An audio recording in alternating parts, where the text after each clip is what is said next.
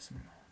L'auteur de la Normandie merveilleuse, que nous aimons à citer, parie des bêtes revenantes, c'est ainsi qu'on les appelle en pays, à propos du chien de Montulé, qui apparaissait aux habitants de la commune de Sainte-Croix sur Aisier, ne faisant aucun mal aux hommes, mais ne se laissant jamais approcher ni toucher, et bornant sa malice, tourmentait si fort les jeunes chiens qu'on n'en pouvait élever aucun dans la localité. La légende normande dit que ce chien avait appartenu à un voyageur mystérieux, qu'il avait été tué par le propriétaire de la ferme de Montulé. Son maître, le cherchant partout, vint à la ferme, où on lui jura que l'animal était venu mourir de sa belle mort. Si vous me dites vrai, répondit le voyageur, on le saura bien. Et il disparut. À partir de ce moment, le chien devint fantôme pour tourmenter ses meurtriers. L'auteur ajoute, observez que dans ce conte, une croyance nouvelle se manifeste. Une âme est attribuée à l'animal, puisqu'il partage avec l'homme la faculté d'apparaître après sa mort. Nous avons constaté la même croyance dans notre province. Une vieille femme, de notre village, perdit une ouaille, une brebis noire, qu'elle soupçonna un méchant voisin d'avoir fait périr par poison ou maléfice. La pauvre bête, écorchée et mise en terre, la bonne femme dormait lorsqu'elle entendit sa chèvre bêler et se démener dans l'étable, comme si elle était aux prises avec quelque chose d'extraordinaire. Elle se leva et, ouvrant sa porte, elle vit son ouaille noire qui essayait d'entrer dans l'étable où elle avait coutume d'être avec la chèvre. La bonne femme, effrayée, rentre chez elle et se barricade, mais la chèvre continue à se tourmenter. La femme prend courage et retourne voir. Cela eut lieu par 3 fois. Par 3 fois, elle vit son ouaille essayant d'entrer, et la chèvre venant jusqu'à la barrière de l'étable pour l'appeler et la caresser.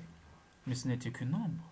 La vieille femme ne put la saisir, et quand la porte de l'étable fut ouverte, la chèvre sortit, chercha, bêla et rentra, comme si elle aussi eût constaté l'illusion qu'elle venait de subir. J'ai ouï raconter l'histoire d'une pie qui avait appartenu à la Grand-Gotte, une des plus fines sorcières de l'endroit.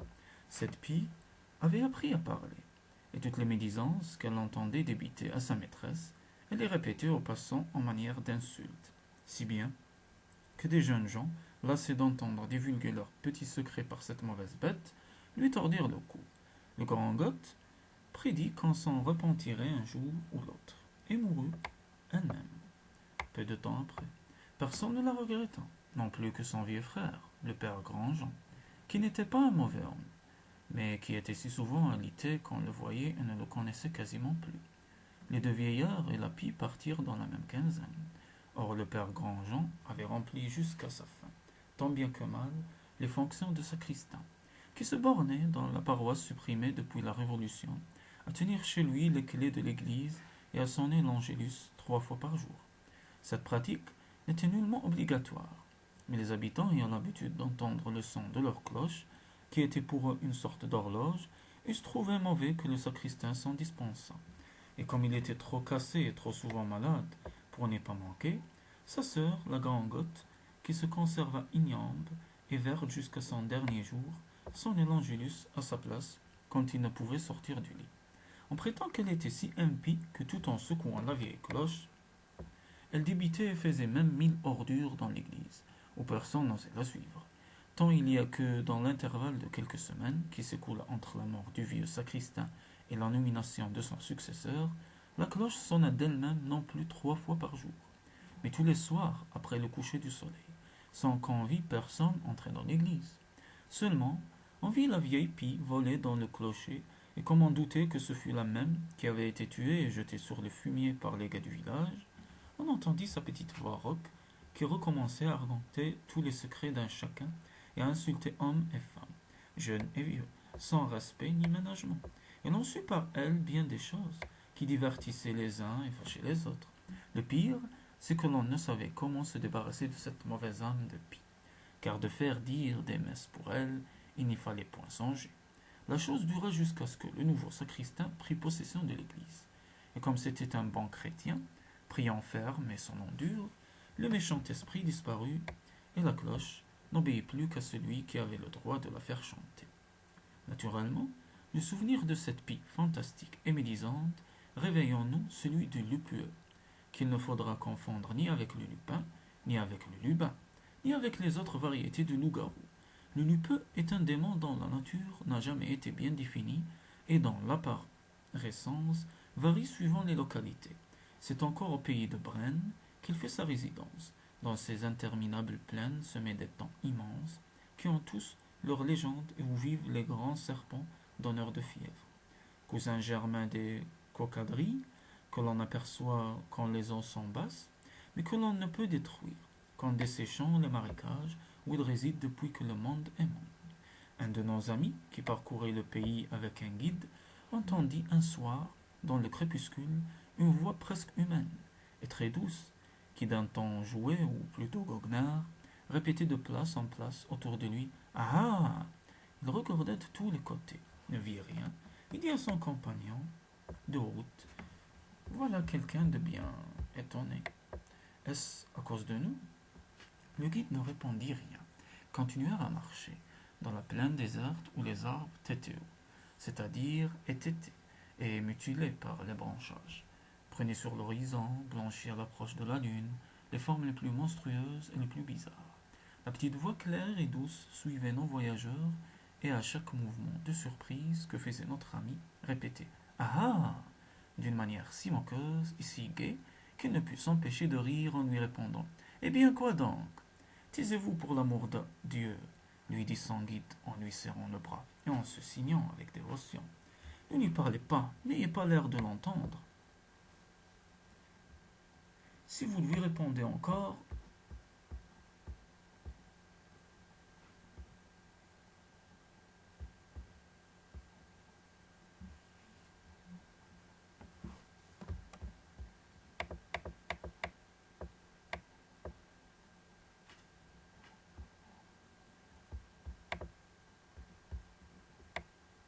un de nos amis qui parcourt le pays. N'ayez pas l'air de l'entendre. Si vous lui répondez encore une fois, nous sommes perdus. Notre ami, qui connaît bien des idées du paysan, ne s'obstina pas. Et quand ils eurent lassé par leur silence l'invisible persifleur: Ah ça, dit-il à son guide, c'est un oiseau de nuit. Une espèce de chouette. Ah bien oui, répondit l'autre. Un bel oiseau, c'est le lupeux. Ça commence par plaisanter avec vous, ça rit, ça vous tire de votre chemin, ça vous emmène et puis ça se fâche, et ça vous périt dans quelques fondières. Telle est en effet la spécialité du lupeux, démon aussi spirituel que méchant, que l'on a vu quelquefois perché sur un arbre tortu, vu qu'il est lui-même de travers, c'est-à-dire traversieux, c'est-à-dire enfin pervers et amoureux de naissance. Les gens qui ont eu l'impudence de le suivre et de l'écouter s'en sont mal trouvés.